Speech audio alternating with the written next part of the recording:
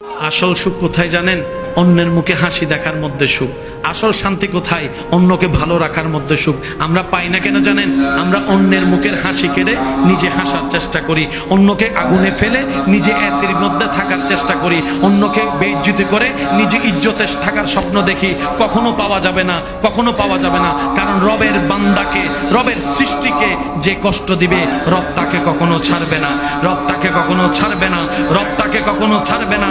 রব্বুল আলামিন অতীত বর্তমান সব জানার পরও হাসরের বিচার রেখেছেন। তার অন্যতম একটা কারণ হচ্ছে এই দুনিয়াতে যারা টাকার কারণে বিচার পায় নাই, সম্পদের কারণে বিচার পায় নাই, পাওয়ার না থাকার কারণে বিচার পায় নাই, সম্পদের জুলুমের কারণে অত্যাচারিত হয়েছে, বিচার পায় নাই। আল্লাহ সবাইকে হাসরে নিয়ে বলবে, বান্দা দুনিয়াতে তো টাকার কাছে তোর ন্যায় বিচার হেরে গেছিল, শক্তির সামনে তোর ন্যায় বিচার হেরে গেছিল, জনপাওয়ার না থাকার কারণে তোর পক্ষে কেউ কথা বলে না।